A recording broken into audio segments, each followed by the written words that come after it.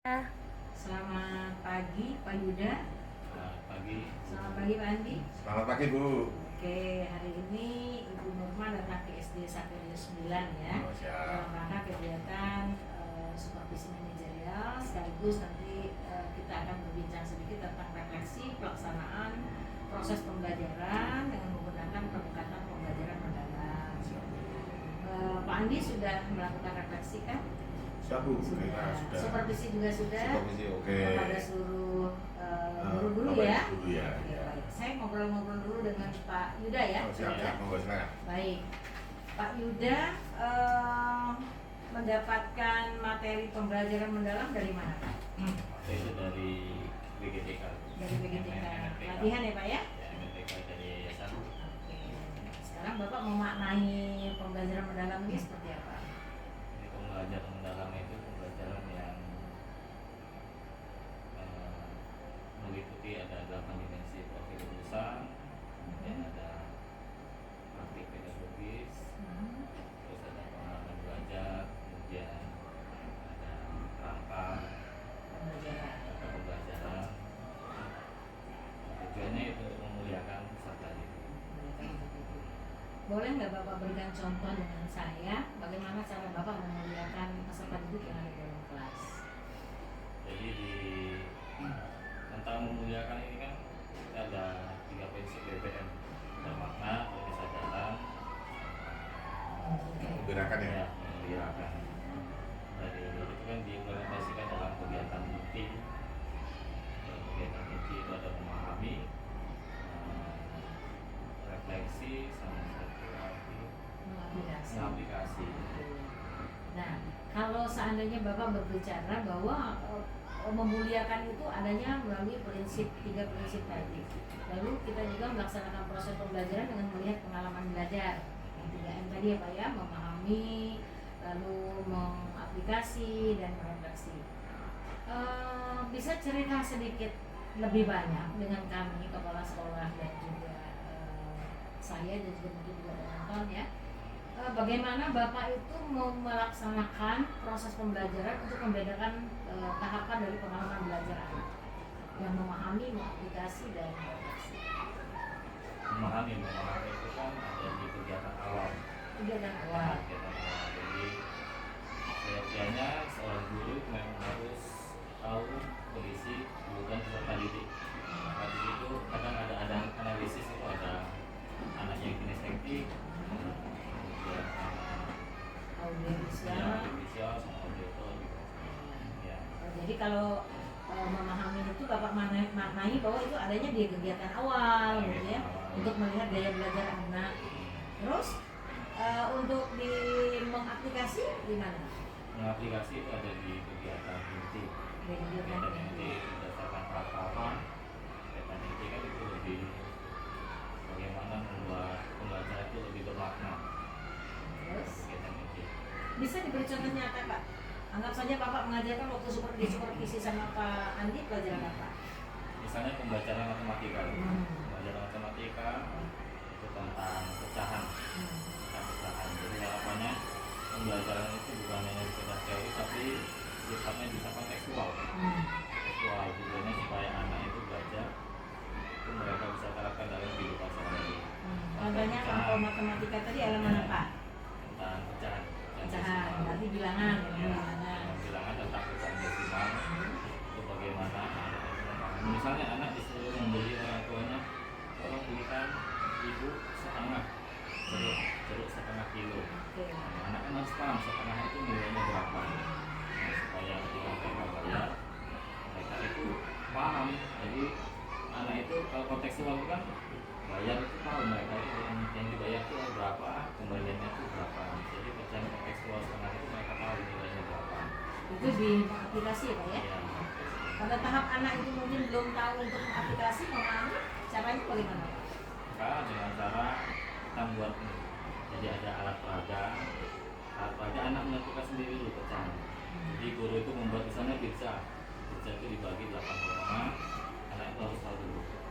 Ini misalnya dia mau buat berapa, pecahan berapa. Pecahan 28 berarti berapa yang harus mereka ambil dan berapa sisanya.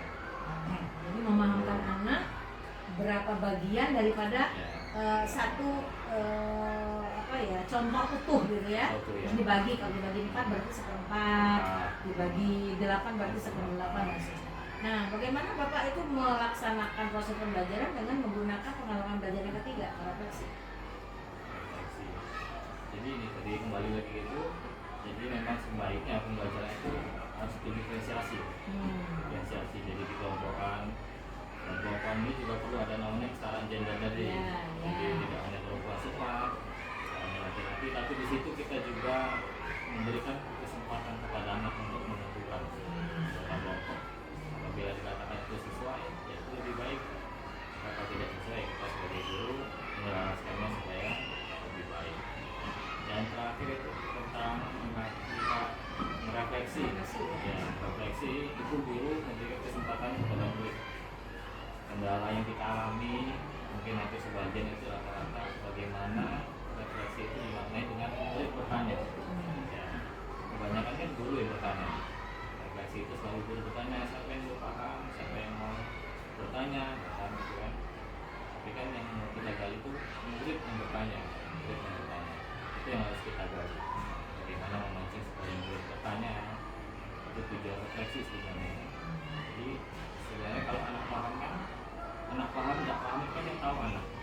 Kalau guru mengetahui anak paham tidak paham dengan asesmen, kan. Tapi bagaimana murid itu supaya mereka itu paham sendiri, ya mereka harus bertanya. Kalau mereka ada sesuatu yang mungkin bagi mereka itu ada miskom atau kurang dipahami, maka mereka bertanya. Tapi secara umum refleksi ya bergantian. Setiap kelompok, misalnya diferensiasi kan kelompok-kelompok, setiap kelompok harus menyimpulkan hasil dari kegiatan pembelajaran. Setelah setiap kelompok, baru guru menyimpulkan semuanya. Membantu menyimpulkan. Jadi kalau bisa nanti disimpulkan bahwa refleksi itu adalah anak sendiri bisa mengukur, meregulasi ya Pak ya, meregulasi dirinya itu sudah sampai mana saya paham gitu ya. Lalu dia juga bisa menghubungkan ide-idenya, bisa memperluas dari jawaban-jawabannya. Baik.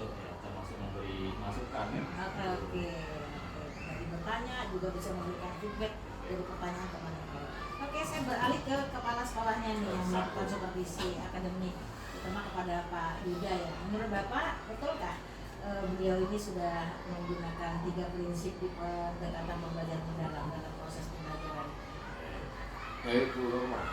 Jadi apa yang dilakukan Pak Yuda itu sudah sedikit mengangkat 3 pendekatan tadi ya.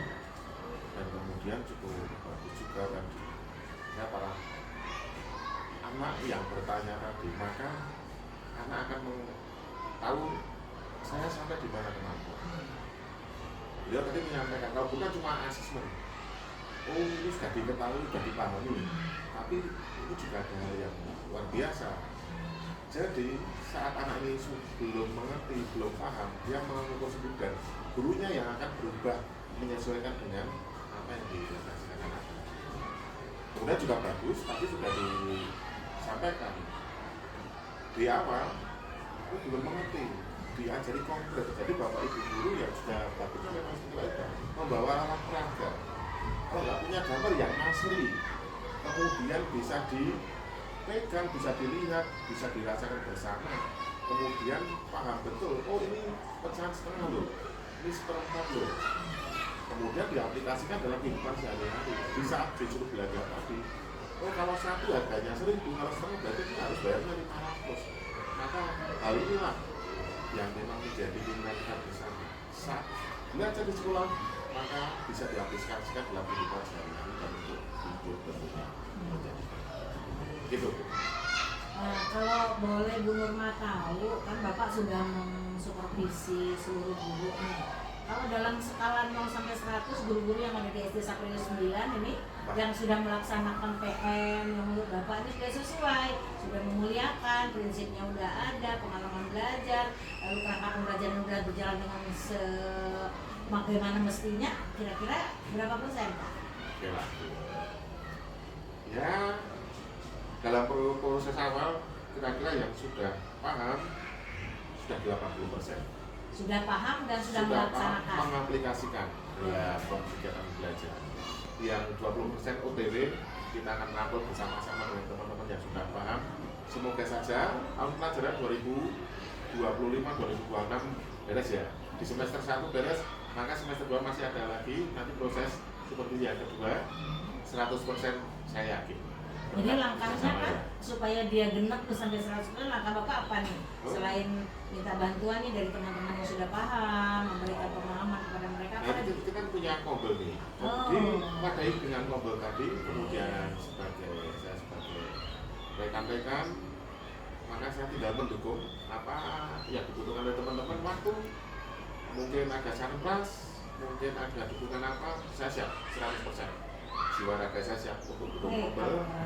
Maka semoga juga nanti di semester kedua dengan adanya kobel yang sudah berjalan, memang ada beberapa program yang berjalan,